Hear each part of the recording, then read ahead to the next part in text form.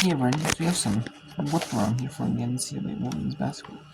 So we have whip around her games earlier today, or from happened, or started earlier today, I should say. For, 5 Eastern, one at 5 Eastern, and one at 6 in the bunch at 6 Eastern. They're on the East Coast. It starts 6 Eastern. Or Eastern time. I don't know if East Coast, but Eastern time. I should say more precise. So we have Tennessee Tech. They are one of the top teams in the Ohio Valley Conference. They're in North State. 71-57 with 6:58 to go in that one. We have Virginia Tech. They lead number 3 Notre Dame. They're in a back and forth close one. With the Hokies. We're 14-6. Bad important conference. 27-26. We have Oregon. They had a big start 21-8 in the first quarter. Now they're on a 12-9. Michigan State win in that second quarter with 3:09 to go. We have number 17 NC State being late 4-4. In a close one, 40-37. 4 to go. But number 25 Florida State being Boston College 2-13 second quarter in AC North. 42-34. 30-28 number our Maine New Hampshire 1:16 to go. Bryant being UMBC 25-19 with 2:49 to go in the second quarter. And we have Vermont at the top of the American East, tied with Albany. Albany had that one loss in conference play on Kids Day to UMBC's Kids Day. So Vermont's battling close with Binghamton. Who's 22-20, 54 cents. So 4:26 to go in the second quarter. Western Canada 32-31 over Sam. 4:26 in the second quarter. 28-21. Little Rock beats Tennessee State 3:55 to go in the first half. Lindenwood 41-34, 43 seconds to go in the first half. Eastern Illinois, Western Illinois. Eastern Illinois was down 13-10 at first quarter break. Now with 1:17 to go, they are tied at 24-all. 22-all between Marist and Siena, 2-6 and 3 teams in the Metro Athletic Conference. 3:36 to go in the second quarter now. Manhattan 20-15 around out, 3:50 to go in the second quarter. 24-14. Canisius battling winless Niagara in the Metro Athletic Conference 0-9. Niagara has one win, but it's not against the Division 1 school. Florida Gulf Coast, undefeated in ASUN, taking on one of the top teams in the ASUN. Lipscomb at 6-2, 27-11. Florida Gulf Coast with the lead in that one, 3:27 to go. Ole Miss in a low-scoring game with Georgia. Georgia's near the bottom of the SEC. Not even 500. Not even probably WNIT worthy. Even WNIT worthy. Because you most like, out of that power conference. And it's 19-14, 2-3 in the second quarter. In the Southeast Missouri State beating UT Martin 14-11 at the end of the first quarter. With 8:03 in the first quarter. Alabama State beating Florida up 2-0. App State 10-3 at the media timeout with 4:51 to go. Bellarmine leads winless in Conference North Florida 13-4, 13-6 now, 4:20 to go. We have some big games going on. Number 13 Oklahoma, number 7 LSU, ESPN 2 at 7 Eastern. In at 7 Eastern, SC number 22 Alabama leads, number 12 Kentucky.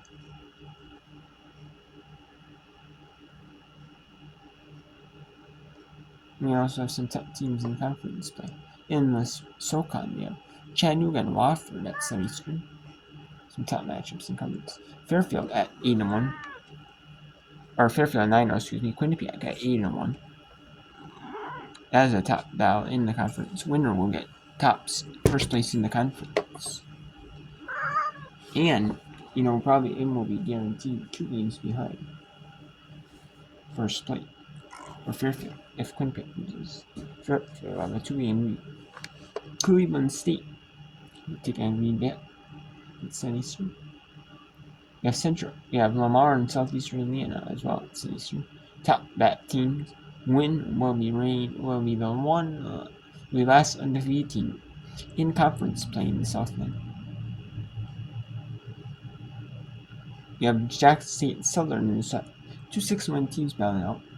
Winner will get first place, right? Or not first place. There'll be a game that or it depends on the Texas Southern and Southern in the South.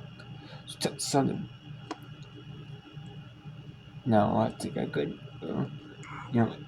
we'll see if Giants who can get the second place benefits for now in the South. And then we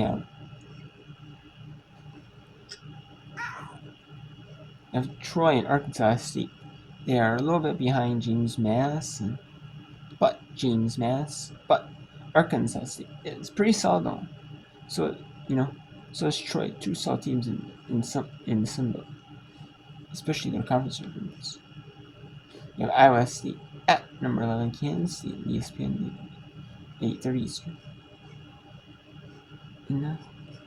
And then Troy, Arkansas State's at 8 Eastern.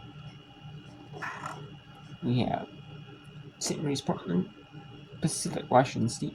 Two good solid matchups out of the West Conference. Two matchups that could change like a lot in the seeding round, or for the conference tournament, and because obviously you want to get that, you want to get that play where you only have the first two teams, you only make it to the only have to play semis. Teams 3 and 4 get by the quarters. 5 and 6 then have to 7 8 play, and you do it to where there's two matchups day one, and the rest of the teams get buys, but they double buy you, trip buy you. So you want to get that as much of buy as you can. Then that's for teams near the top in 9 Eastern. And we also have Long Beach State, UC Irvine. And then we got these are games at 6 Pacific or 7 Mountain. And we have Montana State in action. It's a Big Ten team. Undefeated in conference. And North Carolina, California, and the ACC, number 15th ranked and number 19th ranked teams. Then we have Hawaii, a top team in the Big West, taking on UC San Diego. Then we have some kids' days. We had NJIT beat UMass Lowell at their kids' day with the slow first quarter for UMass Lowell and the fourth, and it was 52-30, 79-63. Stetson won the big run in that first quarter, and then the part of a little bit of second quarter. And S&P couldn't get enough to bounce back. They were even, but they weren't even. A little bit below, but even being on even wasn't good enough for them. 79-63. Grand Canyon blows up CLU 88-50. That second quarter went a 26-5 run and a 32-10 run in the third, and they put in the reserves in the fourth. And man, what a blowout by Grand Canyon and CLU State. UC Santa Barbara in the second half they really took over and went on 50-29 and went 68-53 win for UC Santa Barbara. In overtime, Eastern Washington wins on their kids' day, Kids in Education Day, 78-71.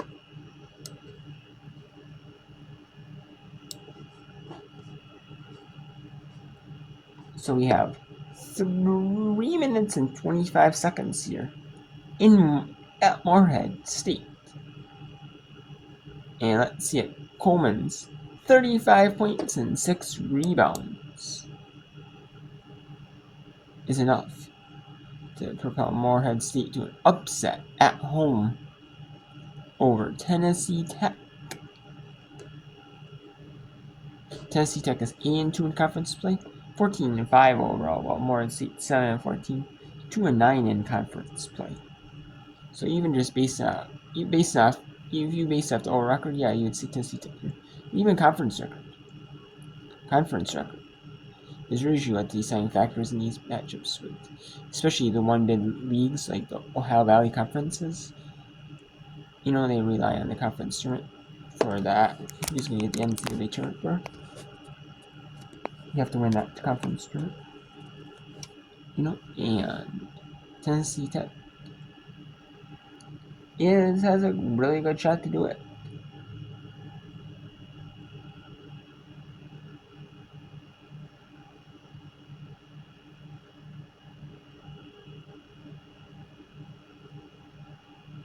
They're not right at they're not like the top team Eastern Illinois is. They went 10-0, but Tennessee Tech is still a solid team.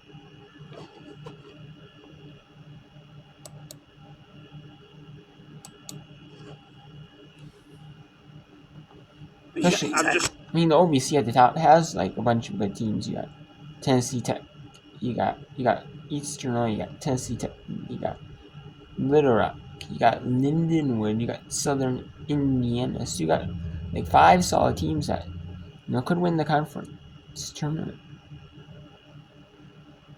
So. Half. Larry in a little bit of a tight spot. She's going to somehow pass it out. What a play. Grimes couldn't finish it off, though, and Dikia. She maybe was fouled as she came down with it. Getting a little rough and tumble here in the second half. I didn't really see a foul there. I thought that was some friendly fire from one of her teammates. 74-68. And Morehead State will go 4 across the bottom, and Ugwa comes up to set a pick, I thought. Coleman, that was for 38. Short on the 3, the lead at 6, still approaching 2 minutes. Got a pretty good look there. I don't think Chris Palmer and his staff be too displeased with the look. Hill with 11, Dikia with 10. 3 players with 16 fouls as Coleman will pick up the foul. That's going to be number 4. So now Coleman, Dikia, and Brunson with 4 for Morehead State. Peyton Carter has 4 for Tennessee Tech. And that's it's a tough foul. You're literally almost in the center circle, and you get a foul that far away. Ball handler wasn't going to do anything outstanding. Morehead State on a 7-0 run. Tennessee Tech has not scored a point in over 4 minutes as Morehead State forces another turnover. 14 now for Tennessee Tech. Hill going to be fouled, and I think Grimes would have been better suited just keeping that arm straight up, because once she brought it down, you really make it tough for an official not to call a foul. Yeah, I mean, there was probably enough body contact, too, that it probably wouldn't even have mattered. We'll get a chance to see it right there. Yeah, Grimes is just a step late getting there. Hill at the line. Previous season high came against Alice Lloyd, so always impressive nonetheless to get your career high. Even more so, though, against a conference opponent, and Hill stepped up here tonight. Yeah, Khalees has steadily improved in the last, let's say, 3-4 weeks. And with some of the injuries that Morehead State has suffered, and it's forced her into action, and she's had quite a baptism by fire.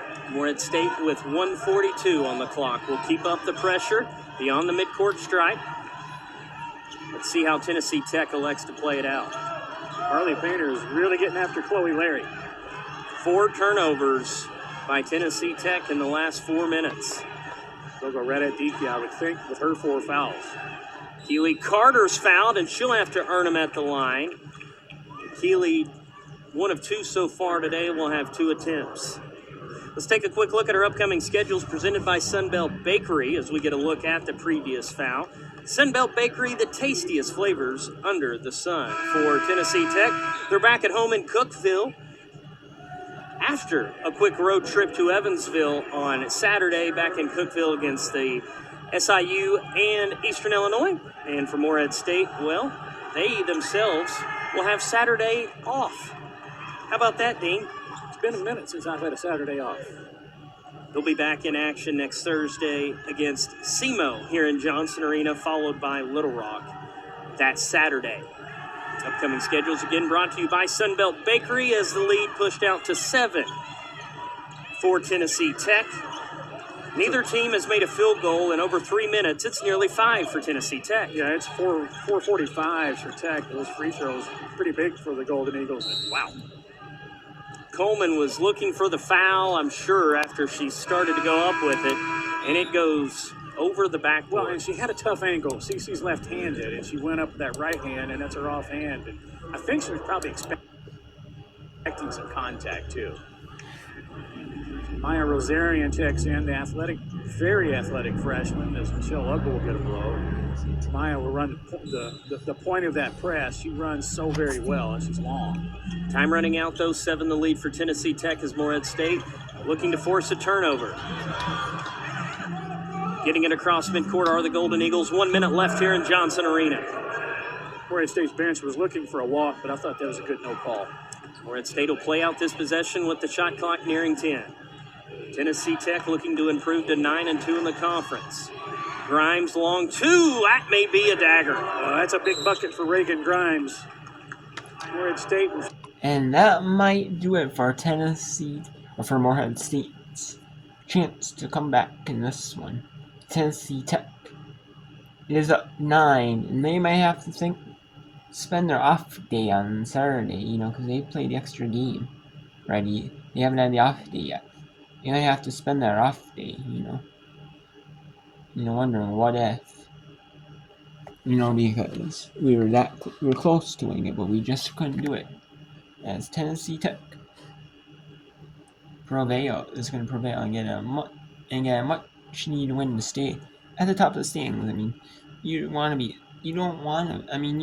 avoid the top, like a team until the semis, but if you're that, you don't want to get that 5th seed. Is really what you don't want, because if you're that 5th seed, you might have to, Little Rock, Linwood, Southern Indiana, or Tennessee Tech. You have to play a tougher team in the quarters. So you want to get one of the top 3 spots. And right now, if you got an extra loss, that would really put you in a tiebreaker. And so they keep themselves in it at 2nd right now. Western Illinois, SIUE at Lindenwood over in St. Charles, Tennessee State at Little Rock, and UT Martin out in Cape Girardeau at SEMO. Back here in this one, though, 9 the lead for Tennessee Tech and Morehead State. They just have not been able to get it closer than 4 here in this final frame. Haven't been able to quite get over the hump, but, we kind of talked at halftime how, it was a close ball game, 5-point game at the half, but you felt like Morehead State left a lot on the table because of all those 15 turnovers they've had. They've only had 2 in this whole second half, and that's why they're still in this ball game. They've shot very well, but they finally taken care of the basketball.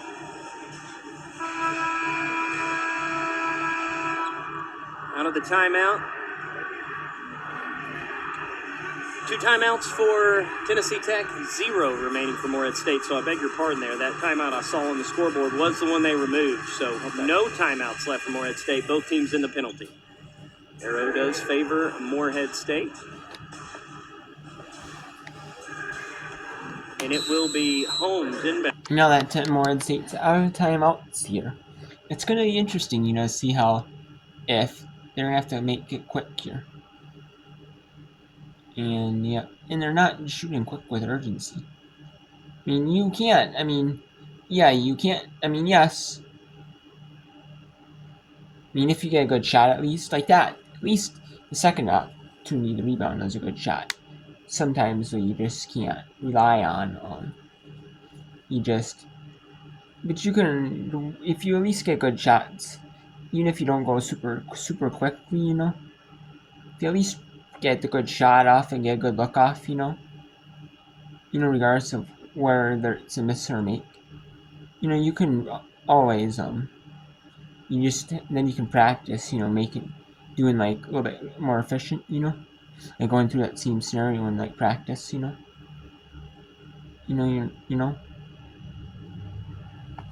so.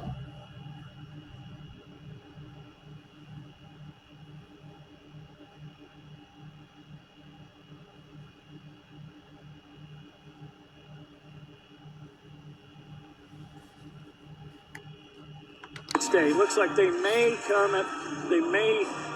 end up a little bit on the short end of the stick, but they have really battled, and it's been a tough stretch for Morehead State. And then you got the team tied for 2nd in the conference coming in here, and who would have thought that we're even talking about we're having a game 30 seconds to go. Morehead State, it'd be ideal if they could force a turnover. If not, that right there is what they wanted to do. It's going to be Hill, and that will be 2 free throws upcoming for Chloe Larry, who, not the one you want to put at the free throw line, 84% on the year, but you don't have much of a choice. I mean, you don't have a choice. You've got to, you got to stop the clock. You don't have the luxury of picking who you want to go to the free throw line. No, Ivan Fulton and I don't know. Marla Gearhart are talking about something.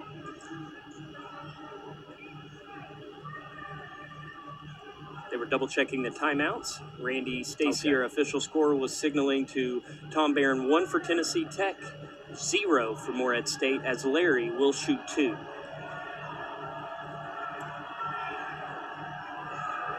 Chloe Larry, an excellent free throw shooter on the season, 84%. I must say, they must be very trusting of that official scorer, though, to keep up with that.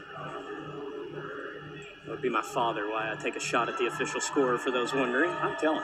You tell him. I'm telling Dad. Second free throw good by Larry. And Tennessee Tech, Dean, they've really capitalized in these last few minutes when they've been able to put this one nearly out of reach, as Hill goes back to her left. Too much sauce on that one. And looks like Morehead State will foul. But back to my point, Dean. Morehead State trimmed it to 4. They trimmed it to 4. They trimmed it to 6. Tennessee Tech has had an answer every step of the way. Yeah, and they're 6 of 6 in this quarter from the free throw line, which good teams are good free throw shooting teams. They are both, and they've taken care of business down the stretch. And Morehead State gave them a pretty good run for their money, but they gave a pretty good accounting of themselves. I want to give a big thanks to our camera operators today, Eli Viveros, Aaron Guy, and Grace Wilson. Back in our studio, graphics and replay, Tad Johnson, and our director helping all of us get. Yeah, it looks like this one's going to be over here, as looks like Tennessee Tech is going to get a win here, and that is going to be it for Moorhead here. Moorhead is going to go to 7-15 here, 2-10 in the Ohio Valley Conference, while Tennessee Tech is going to go to 9-2 in the Ohio Valley Conference and go to 15-5 overall.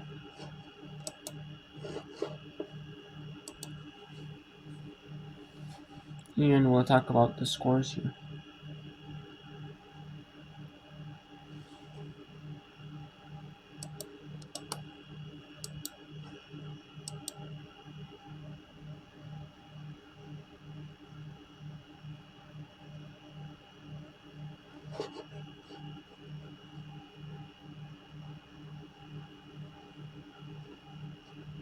So we have here, we should look through the next